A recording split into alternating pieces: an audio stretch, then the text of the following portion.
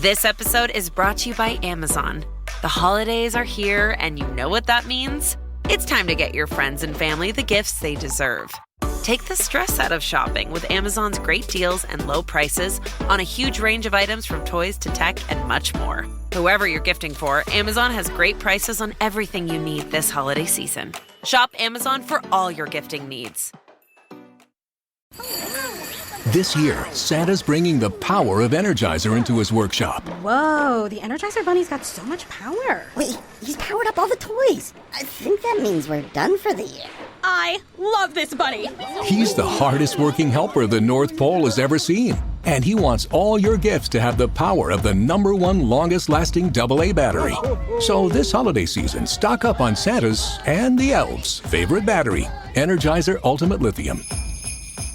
This episode is brought to you by Allstate. Some people just know they could save hundreds on car insurance by checking Allstate first, like you know to check the date of the big game first before you accidentally buy tickets on your 20th wedding anniversary and have to spend the next 20 years of your marriage making up for it. Yeah, checking first is smart. So check Allstate first for a quote that could save you hundreds. You're in good hands with Allstate. Savings vary. Terms apply. Allstate Fire and Casualty Insurance Company and Affiliates. Northbrook, Illinois. So we got rid of belts, we got rid of the syllabus.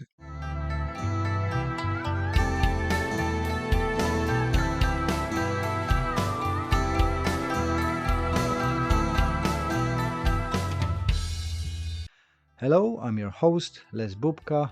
Welcome to Anxious Black Belt, a podcast that focuses on karate, mental health, and everything in between. If you enjoy our content and would like to support us, best way to do that is to listen to another episode, share with your friends, and leave us a review. All this stuff helps the mysterious algorithm to introduce our podcast to new audience. Thank you for joining me, and let's listen to the episode. When you're young, you want to be a teacher. You want to run your own dojo, you want to have lots of students, be successful, etc., etc.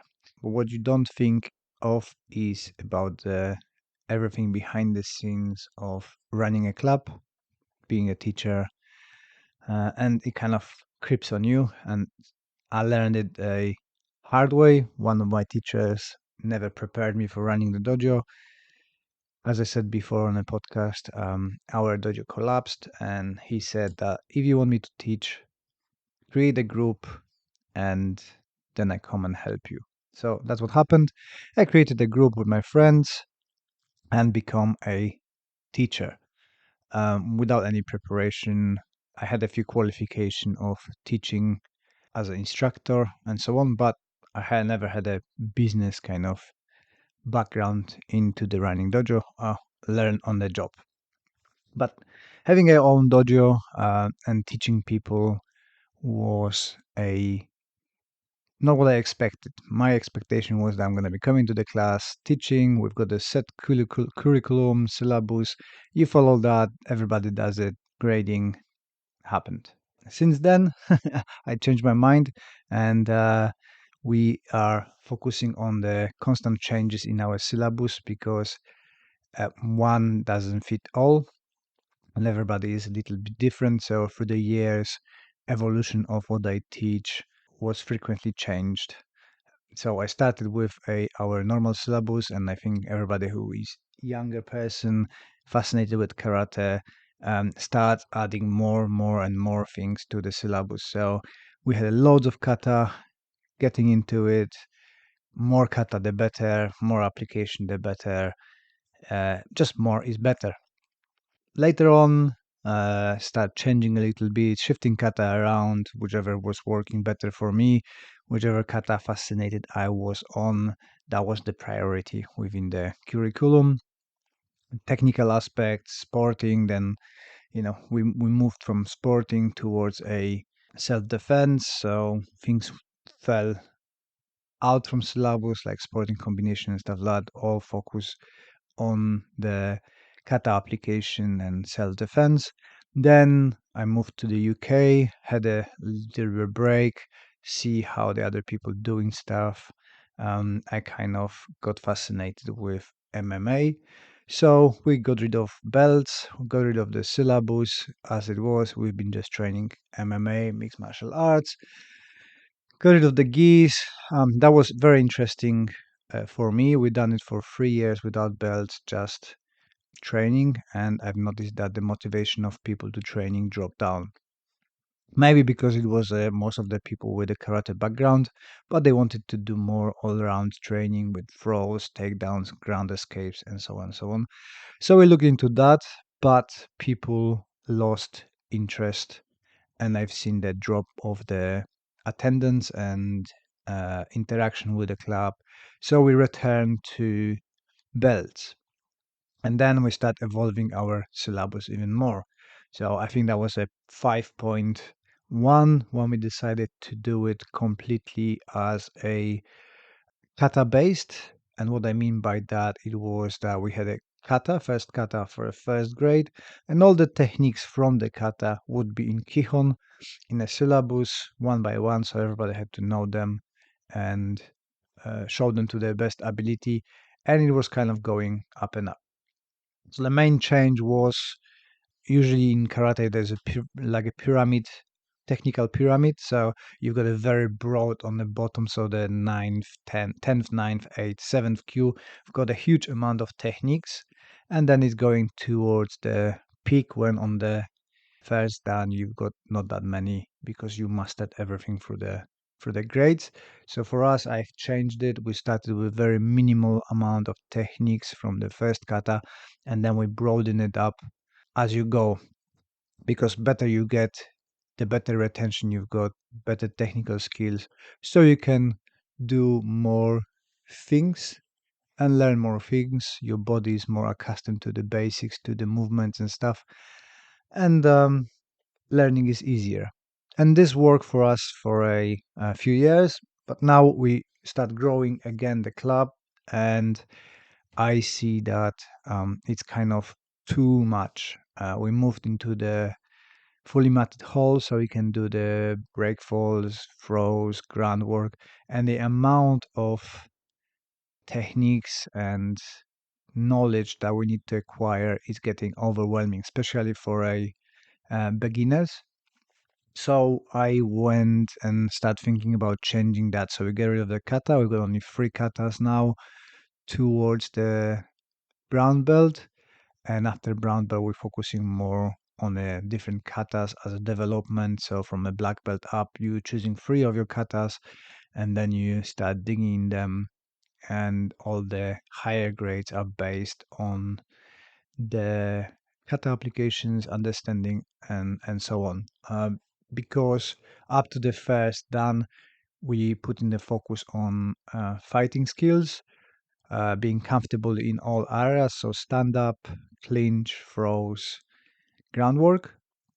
By the first dan, you should be able to handle yourself, not necessarily being a master of all, but being comfortable in all areas and survive, right? Especially with untrained person, you should be able to do that. Then I was listening to Whistle Kicks Martial Arts. Shout out to Jeremy, and they've been saying about learning to syllabus or to the examination versus learning the as acquiring knowledge. So kind of looking into that, and I was thinking about it, and we changed the syllabus again, which is a 7.2, I think now, and it kind of revolves around the mastering the skills and not just having a collection of techniques. And we use the evaluation, so once a year is evaluation instead of a grading as such. So with the grading to the techniques, it can narrow your mind because you fixated only on those techniques and execution, rather on growing your adaptability towards the what's happening during the fight. So we trying to do that, focusing on a adaptability and prowess in fighting, and doing the martial arts instead of doing a kind of traditional approach and more focusing on the execution and aesthetics of that techniques. And in the traditional model that is techniques and testing, the curriculum in that is structured around a series of techniques. So it will be kicks, punches, stances, and forms, um, organized by rank. Yeah. So 10th, ninth, 8th, 7th, and so on. Then students learn and practice these techniques and demonstrate them in front of the panel and during the test. And if they do it as the teachers want and exactly within the school uh, template, and then they graduate and they've got a clear way of doing pathways and how it looks. Everything's look the same. Everybody looks the same. That worked for years. Personally, for me, it worked well, but I think we can do better. And as a coach, and this is my responsibility to find the best way for my students to learn. But the problems with the traditional system is that they might be overemphasis on form over the function, and the students focusing on perfecting how the techniques looks, not how it works. As well, it limits adaptability because you've got fixed prescribed sets of techniques instead of being able to improvise while you are under pressure. And as well, you can cause the stagnation in engagement, and we see that in many schools. When people reaching the first dan, they drop down because then it's just the repetition, and there is no really evolution of and focus on the other aspects of karate. You went through all the techniques, you mastered the pathways, and then you're just getting bored. So our shift in skill-based learning focuses more on developing a broader competencies in applying flexibility thinking and in different contexts. Instead of prioritizing specific techniques, it's more on concepts and that adaptability. So we're starting with the core principles.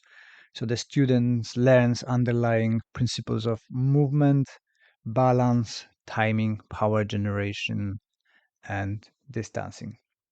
Then we focus on practical applications.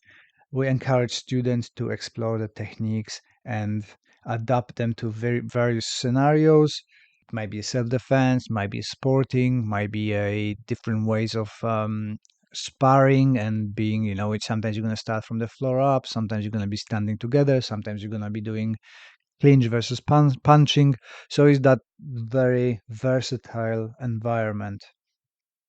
And as well, we encourage the critical thinking. So, if I do a shutouke, why would that shutouke be performing that way? It's not going to be a blocking a hand. It's going to be maybe a wedging the neck and holding the hand with other hand. And the students develop the ability to analyze and respond dynamically rather than execution of the determined patterns. So for example, rather than teaching a specific block to counter a punch, I might be focusing on the skills of intercepting an attack, which could involve various techniques depending on the circumstances. So we're not having a fixed mind on this is the one, this is something else for the different techniques. And you can see that in sparring with the people who've been doing only the traditional model, when they freeze because there's a straight punch coming and they've got a 5-6 solution, they have to think about it, and before they find a fitting technique, they get punched in the face. So for us, it's more kind of hands-on sparring. They learn basic punches, basic kicks, then we progress to basic throws, basic groundwork escapes, and everything is getting built in together, but there's no specific sets of expected techniques. And I think, in my opinion, the benefits of a skill focused curriculum are the adaptability. So students learn to apply their training in unpredicted situation. They have to be quick thinking, they have to move around, they have to find the solutions to the problem. Deeper understanding with exploring the why behind the movements, so they get the holistic understanding of martial arts. If I say something, we're doing this like that, it's got explanation. It's not just copy my pathway and then you're gonna discover it after 3,000 repetition. We're starting with why. Why would I do it like this? Why would I move to this side? Why would I lift my shoulder when I'm punching? Why would I tuck the chin down? That brings the really good engagement from students because they are getting involved with progress all the time and everything is fresh and you don't do repetition. It's The techniques are hidden within the different environments, different application, different attacks, but they're still doing the same movements instead of doing them in lines and repeating all the time. And as we've seen that this way for us, I can see that when we've got a guest coming from different schools of karate, my guys seems to be handling themselves very well against the other people, even if they are higher grades, because they are used to it, to fighting in all areas. So it doesn't matter if they're going to be taken down, they feel comfortable, then they do more. Maybe it's not looking as pretty, as a crisp as a from the traditional model, but it works. And for us, this is the most important thing. So that our karate, all around karate, works in that pressure. So they must be able to handle themselves. Then they can move on to exploring katas, and we do more two-man drills instead of to do a line work and so on, so on.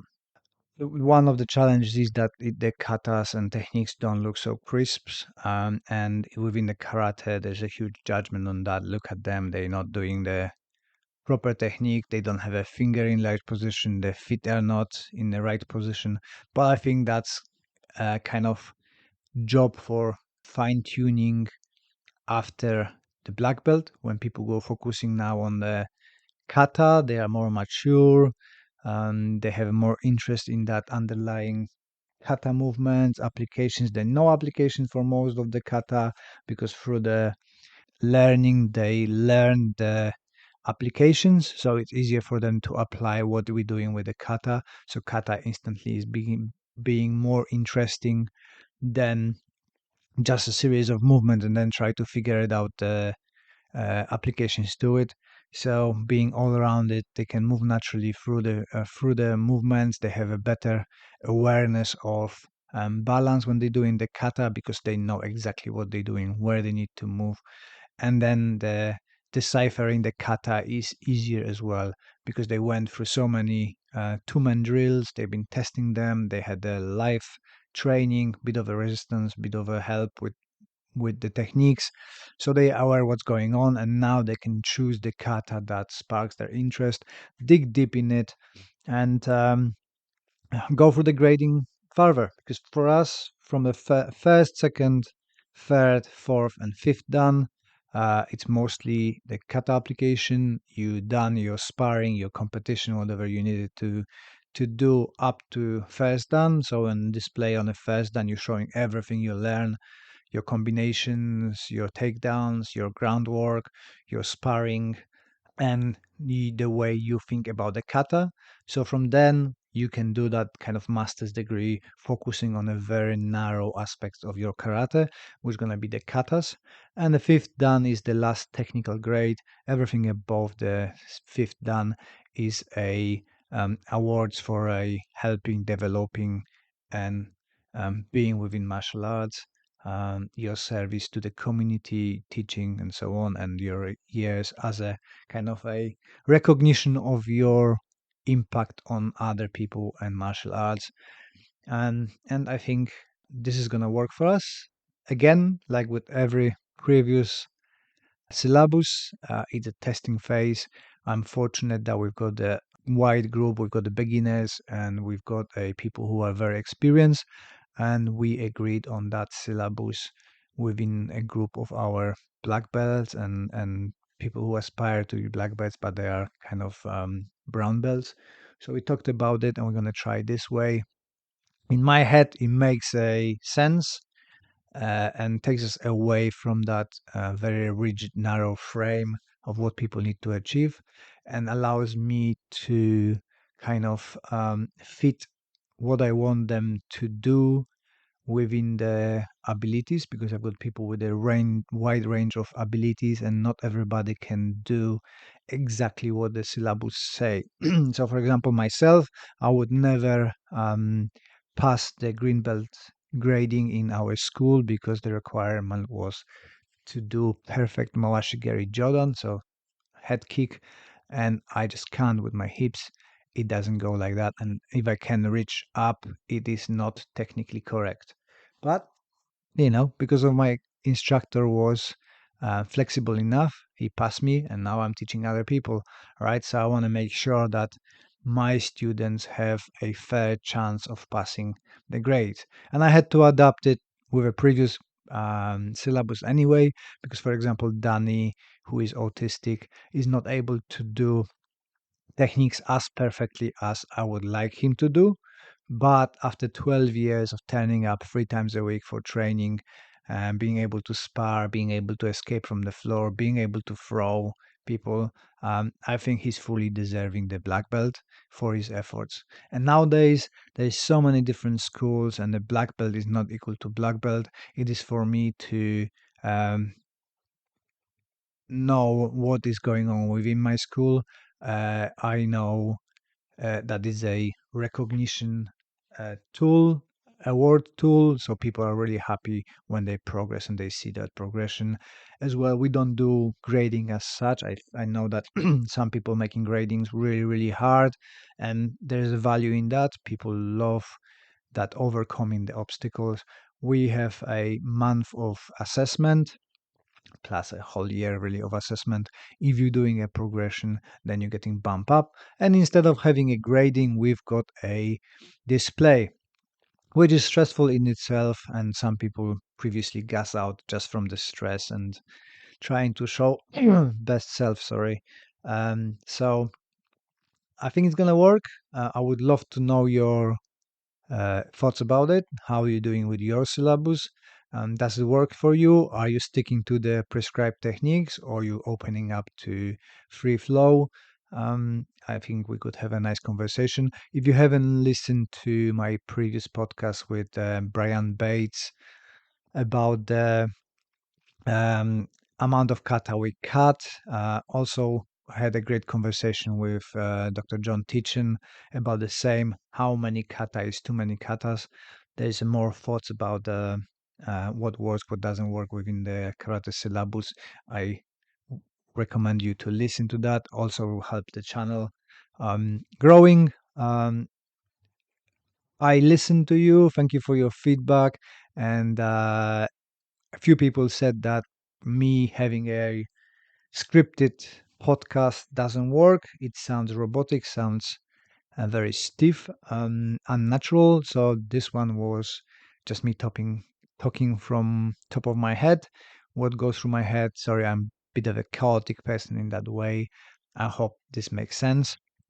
And guys, if you would like to support us, please support the Karate for Mental Health CIC, where we starting the projects. We had a just message from our council that our application for a project is going to be considered in December. So hopefully by end of December, we're going to know if we're going to have a free classes for people in Guildford that can come and relax and do some karate, hopefully inspire them to do more and join one of the local clubs, not necessarily mine, but we're trying to bring people to karate. It doesn't matter where they are, but they have experience with us and they can choose the best club for them.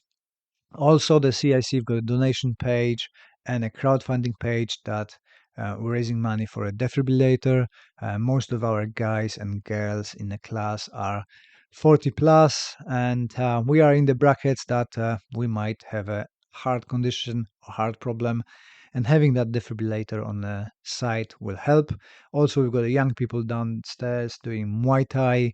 We've got the BJJ guys. I think they all will benefit from having that safety of having a defibrillator instead of running 200, 300 meters in stress to try to find one, if it's working one or not. So if you would like to donate that, would be awesome. The link is down in the show notes. And apart that, there'll be a few more nice interviews coming. This Wednesday we've got a guest, Saturday we've got a guest, and hopefully next week we've got 2 more guests that hopefully gonna spark up interest. And they are super good martial artists, so I can't wait to chat with them. And soon you're gonna know who is that.